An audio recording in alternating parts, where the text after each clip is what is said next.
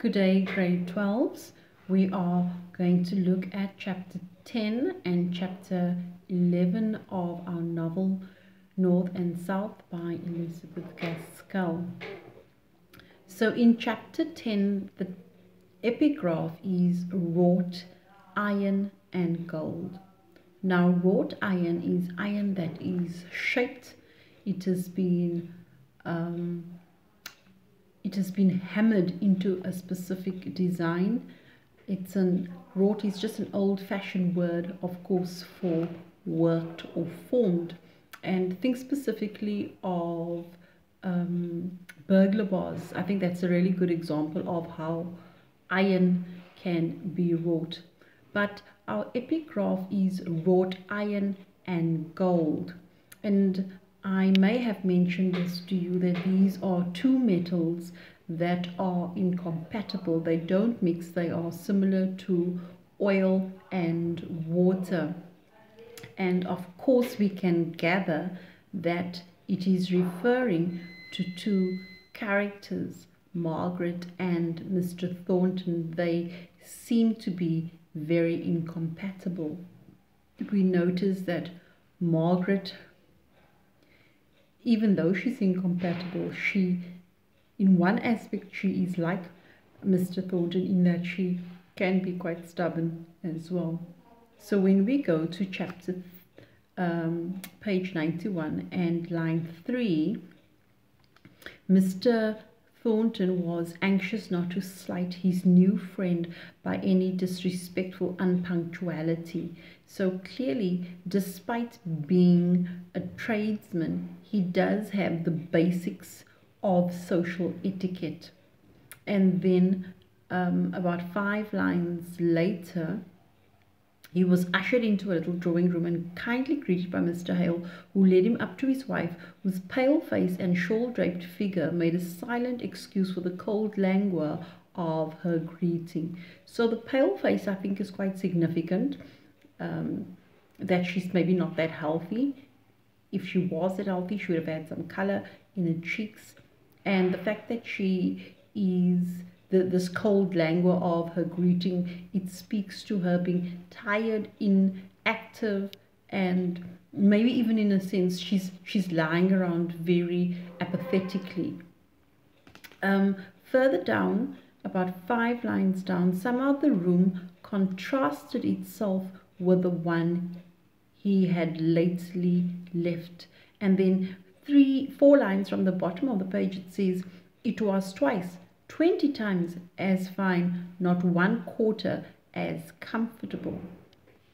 And so what he's saying here is that Mr. Thornton's home, it's large, it's spacious, it has all the functional elements, but it doesn't have that homey coziness which they have obviously in better days worked on making their room quite nice. A little bit of ornaments and almost extra little frills and accessories. So his home is cold in a sense because it doesn't have that ambiance that makes it from a house into a home. And I think we could safely say that his home is non-decorative and more functional, the opposite of the home of the Hales. And then when we and of course that description carries on page 92. The entire first paragraph is a description of the comfort and the coziness to be found in the Hales' home. Then in line 12 it says, "It appeared to Mr. Thornton that all these graceful cares were habitual to the family." So it was not anything new, but it was something that the family, I guess, took for granted, because this was just the way their home was. And then if you go down to line 25, 3/4 way down the page, it says, "He was almost sorry the obligation of eating and drinking came so soon to prevent his watching Margaret." So why is he watching her? Clearly there is this attraction to Margaret, even though their initial meeting has not gone very well. And then if you go to page 93, from line 10, it says Mr. Thornton and Mr. Hale were both absorbed in the continuation of some subject which had been started at their last meeting. Margaret was recalled to the sense of the present by some trivial and low-spoken remark of her mother's. And so what's interesting here is that the men, they just pick up their conversation from where they stopped it the last time that they were together. And so they seem to be almost unaware of the women in the same room with them. And even Margaret's mom, she speaks to Margaret in a low tone as not to disturb the men. Then we go down to line 25, still on page 93. Now in Mr. Thornton's face, the straight brows fell low over clear, deep-set, earnest eyes, which without being unpleasantly sharp, seemed intent enough to penetrate into the very heart and core of what he was looking at. And so we have a brief description here of Mr. Thornton, and the description all of course carries on to the end of the page, but he's described in essence as a sincere, genuine character, a very honest kind of man, someone that you would want to do business with, someone that you'd want to even get to know and possibly befriend. And then from 31 and 32, there's the description even of the lovely smile that he has. Please go to page 94, and in line 3, Margaret liked the smile. So clearly that's not something that she would easily admit even to herself. She may have found him irritating, but she liked his smile. There was something unexpectedly charming about the smile. And then line 6 and 7 is important. It seemed to explain the attraction they evidently felt toward each other. And that is phrased as fact, not as an opinion. They, despite their agreements, there is this mutual pull to each other. On page 95, that first paragraph I think needs paying attention to.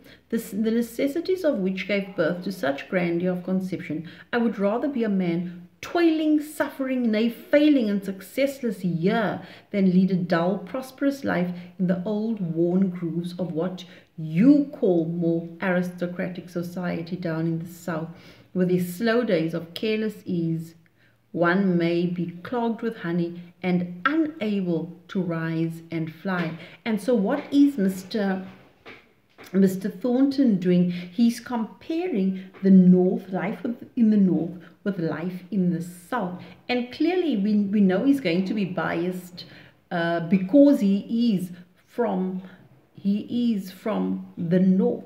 But I think it's also a bit, it's deliberately meant to maybe be offensive to the upper class, the aristocrats in the south. Look at how he describes them: dull, prosperous life. There's nothing exciting because every day is another successful day. Every day you've got no new challenges because you don't have financial worries or obligation. And I really like the latter part of 6 and 7 when he says one may be clogged with honey and unable to rise and fly. In fact, he's speaking about himself, that the reason why he was able to become so successful was because of his circumstances, which were so poor, and he has managed to rise above those circumstances, something which you would not be motivated or obligated to do if you are born wealthy. You are wealthy. What is there to look forward to? How much more ambition do you need to have? Margaret takes this very personally, and she says in line 8, you are mistaken. Okay, and because she starts defending the South, and in line 10, it brought color into her cheeks and the angry tears into her eyes. So Margaret has a very short fuse. She loses her temper quite easily, and that's your Victorian woman, isn't it? Quite an emotional being. And the whole of that paragraph, all the way down to line 21, you need to pay attention, because what does Margaret do? She describes the workers that she has seen. I see men here going about in the streets who look ground down by some pinch, ground down. They have been, the problems are grinding them down. Spiritually, they are not religiously, spiritually, they are almost like broken men who are not only sufferers but haters. Now in the poor we have, now in the South we have our poor, but there is not that terrible expression in their countenances of a sudden sense of injustice which I see here. Line 19, you do not know the South, Mr. Thornton. And so she puts him in his place. And she how does she do that? By focusing on what is undeniable and what is the problems in the North. Okay, and it's almost like she's blaming him in part for the situation there. So again, Margaret Hale is not your Victorian, your stereotypical Victorian woman, because now she's moving into subject matters that are best left to the men. 7 lines from the bottom of the page. At any rate, Mr. Thornton, said Mrs. Hale, you will allow that Milton is a much more smoky, dirty town than you will ever meet with in the South. So even the mother is having a dig at Mr. Thornton. She's actually being quite offensive, which is not at all characteristic of the mother, who is our stereotypical Victorian woman. In fact, I think it's fair enough to say that the mother is quite rude and insulting. We go to page 96, and I would like you to focus from lines 14 to lines 19, where they are describing in fact the pollution and the quality of the very air, because she talks about how they constantly have to be washing their curtaining, because we have the smoke and we have the soot literally coming to sit on the curtains and their blinds, and how often they even need to be washing their hands. So I think it's just a way of letting us know that this is it's a very serious problem, and it's a very large problem, and it cannot be downplayed. We go to page 97, and I think 14, 15, and 18, 19, 20, they just kind of tie in there. I only name such things to show what almost unlimited power the manufacturers had at the beginning of the century. And so now you know about the Industrial Revolution, which comes about in England, and how it gives birth to this whole new class of wealthy tradesmen, manufacturers, because there is such a demand for their products. Okay, and I want you to go down to 18. His sense of justice and his simplicity were often utterly smothered under the glut of wealth that came down upon him. And I think that's telling us that we can't really blame Mr. Thornton for being the way he is. He never asked for this amount of wealth that came his way. In fact, he got more than he bargained for because of his hard work. And now it's like he has to be defending himself. In line 6 from the bottom of the page, the power of masters and men became more evenly balanced, and now the battle is pretty fairly waged between us. The masters are, of course, the employers, and the men are the employees. And I think it's important to note that Margaret was trying to create the impression that there was this huge imbalance, that we have the masters here and the men here. And Mr. Thornton is trying to say it's like this all the time. It's like this. They are evenly matched. And I think there we need to agree with Margaret that they are not, because who has the power? The one who has the finance, the one who is paying the wages. So it is a case of the masters and the men. On page 98, 14 to 16, you consider all who are unsuccessful in raising themselves in the world from whatever cause as your enemies then, if I understand you rightly, said Margaret in a clear, cold voice. And she's being very judgmental. Clearly Mr. Thornton has set certain standards for himself, and he measures everyone else around him by those same standards. So it's difficult for him to feel sympathy for someone who's not making that effort to rise above their situations, and she's judging him for that. So I don't feel that she has a right to do that, but anyway, that is what she's doing. And then the remainder of page 98 all the way across to 99, Mr. Thornton is being very open, and he's explaining his entire rag to riches story, and he's not holding anything back about how poor he grew up and what his domestic situation was like. The point that he's making in all of this is that hard work equals success, and that is why he has reached the point where he has. Mr.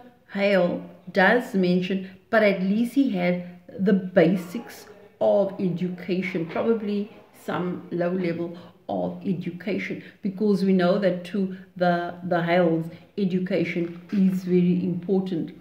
And then by the time we end chapter 10 on page 100,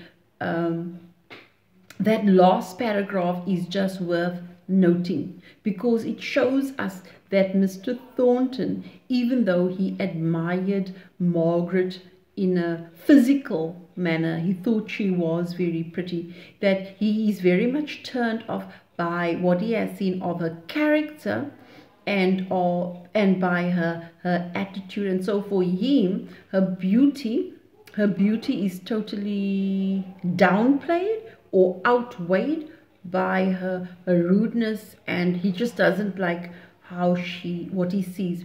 And when chapter 10 ends, we have the first real misunderstanding between them, because what happens is that when it's time to go, he comes to Margaret, he approaches her, and let me read it for you.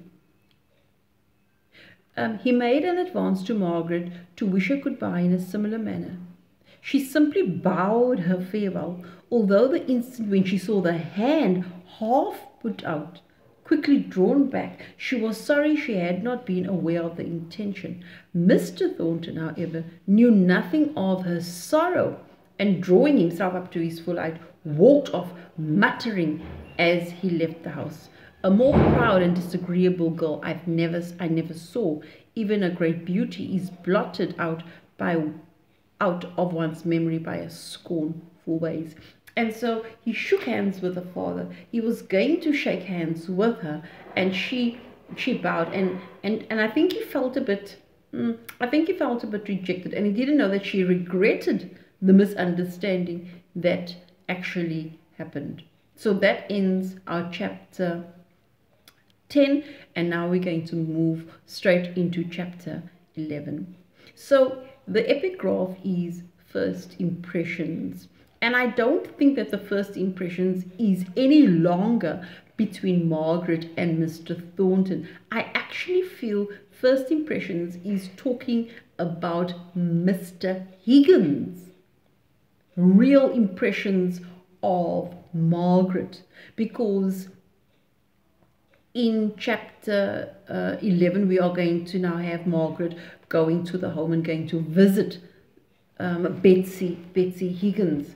And so the little poem says, there's iron, they say, in all our blood, and a grain or two perhaps is good, but he makes me harshly feel, has got a little too much of steel. And so I think it's pretty self-explanatory. It's saying that iron, a little bit of it, is a good thing. And the iron here is talking about being hard. It's talking about being flexible. It's talking about, being able to put your foot down. But the last line says a little too much of it. And I think the implication is too much of it, it ruins the person. Sometimes certain circumstances may require one to be hard, but too much of it is not a good thing. So in line 2, the father is talking to Margaret, and he says, I could not help watching your face with some anxiety when Mr. Thornton made his confession of having been a shop boy. And then in line 5, he says, I half expected to see you get up and leave the room. And I think what he's saying is that Margaret's face showed her disgust with Mr. Thornton. Now, obviously, he is not to be held responsible for his poor growing up years and for his family's economical situation. In line 9, it says, she says, everything else revolted me from his hardness. So she's really turned off by this man. In line, on page 102, I don't think, Mr. Hale, and this is now the mother speaking, you have done quite right in introducing such a person to us without telling us what he had been. I really was very much afraid of showing him how much shocked I was at some parts of what he said. His father dying in miserable circumstances. Why? It might have been in the workhouse. And so the mother is just, her sensibilities are just so offended. And the workhouse is, of course, the absolute lowest anybody can sink. You work, but it's not much better than slavery. And to die in the workhouse, also known as the poorhouse, would be the ultimate humiliation that any person